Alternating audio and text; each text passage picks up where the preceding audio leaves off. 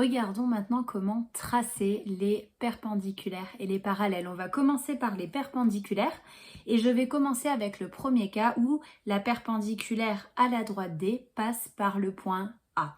Donc j'ai ma droite D, j'ai mon point A. Pour tracer une perpendiculaire, bien évidemment, j'ai besoin d'une équerre. Et puisque l'angle droit se situe ici dans ce coin-là, les deux côtés que je vais utiliser, c'est les deux côtés qui touchent l'angle droit. Donc ce côté-là et ce côté ici. Et le dernier côté ici ne me sert strictement à rien d'autre qu'à tenir mon équerre. Donc, puisqu'on doit être perpendiculaire à la droite D, on va venir aligner son équerre le long de la droite D. Si jamais ça vous aide, je ne suis pas convaincue que ça aide tout le monde, on peut bloquer l'équerre le long de la droite, voilà, avec la règle, pour plus que l'équerre ne puisse pivoter et se décaler. Et maintenant, il ne me reste plus qu'à décaler mon équerre jusqu'à ce que le côté ici passe par le point A. Alors le point A est sur la droite, il est ici, on ne le voit plus très bien avec la règle. Donc je vais venir décaler mon équerre jusqu'à ce que l'équerre soit pile aligné avec le point A. Quand je suis ici, je peux enlever ma règle, je tiens bien mon équerre et je viens tracer ma droite. Je prends ma règle, je prolonge. Vous avez vu, je ne suis pas allée jusque dans le coin pour éviter de faire une petite rature avec le coin de l'équerre. Et puisque j'ai tracé un angle droit, je viens tout de suite mettre mon codage. Voilà pour la perpendiculaire à la droite D passant par le point A. Je vais maintenant faire la perpendiculaire à ma droite D passant par le point B et mon point B, je vais venir le mettre ici. On va faire exactement la même chose, c'est toujours la même étape. Je viens aligner le côté de mon équerre avec ma droite D. Pareil, si je veux m'aider et plus avoir besoin de me concentrer sur l'alignement, je bloque avec la règle. Et je vais venir décaler mon équerre jusqu'à ce que l'autre côté touche le point B. Là, ça y est, je suis pile sur le point B ici. Donc, je maintiens bien mon équerre à sa place et je viens tracer proprement. Je ne vais pas jusque dans le coin et je peux tranquillement prolonger de l'autre côté. J'ai fait une perpendiculaire, donc je mets bien mon codage pour dire que c'est perpendiculaire.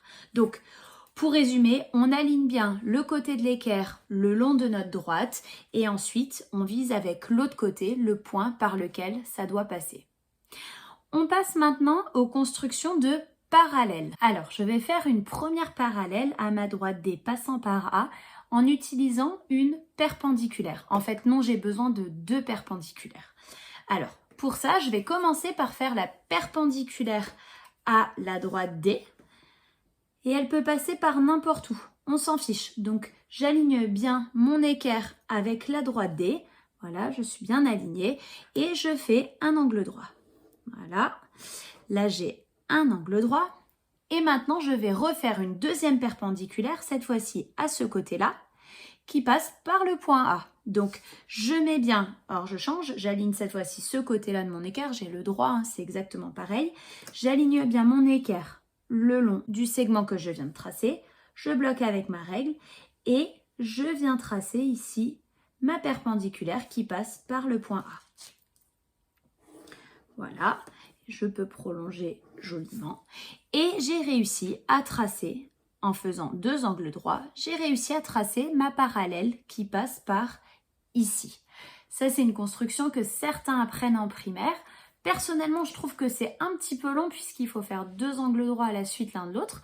Donc, je vais vous montrer une deuxième construction, cette fois-ci sans les perpendiculaires. Donc, je vais venir tracer une deuxième parallèle, on va l'appeler D1, celle-ci.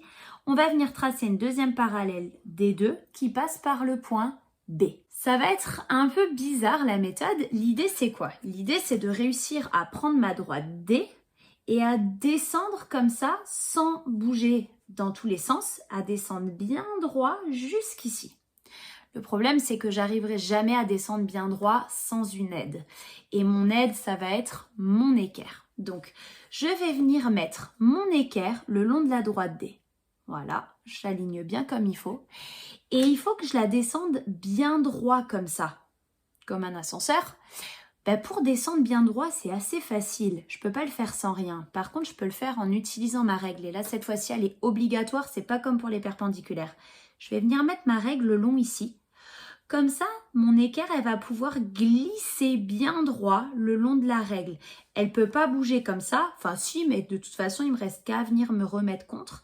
Et je suis bien dans la bonne direction. Donc, je descends jusqu'au point B. Quand je suis bien dessus, j'enlève la règle, je tiens bien mon équerre et je trace ma deuxième parallèle. Et donc, vous avez le choix, soit vous faites 2 perpendiculaires l'une après l'autre, soit vous faites une parallèle en mettant bien l'équerre, en la bloquant avec la règle et en descendant. Alors attention, on n'appuie pas, hein, ne poussez pas la règle comme ça en appuyant comme des sauvages. On descend tout tranquillement, pas besoin d'appuyer. Voilà pour les constructions.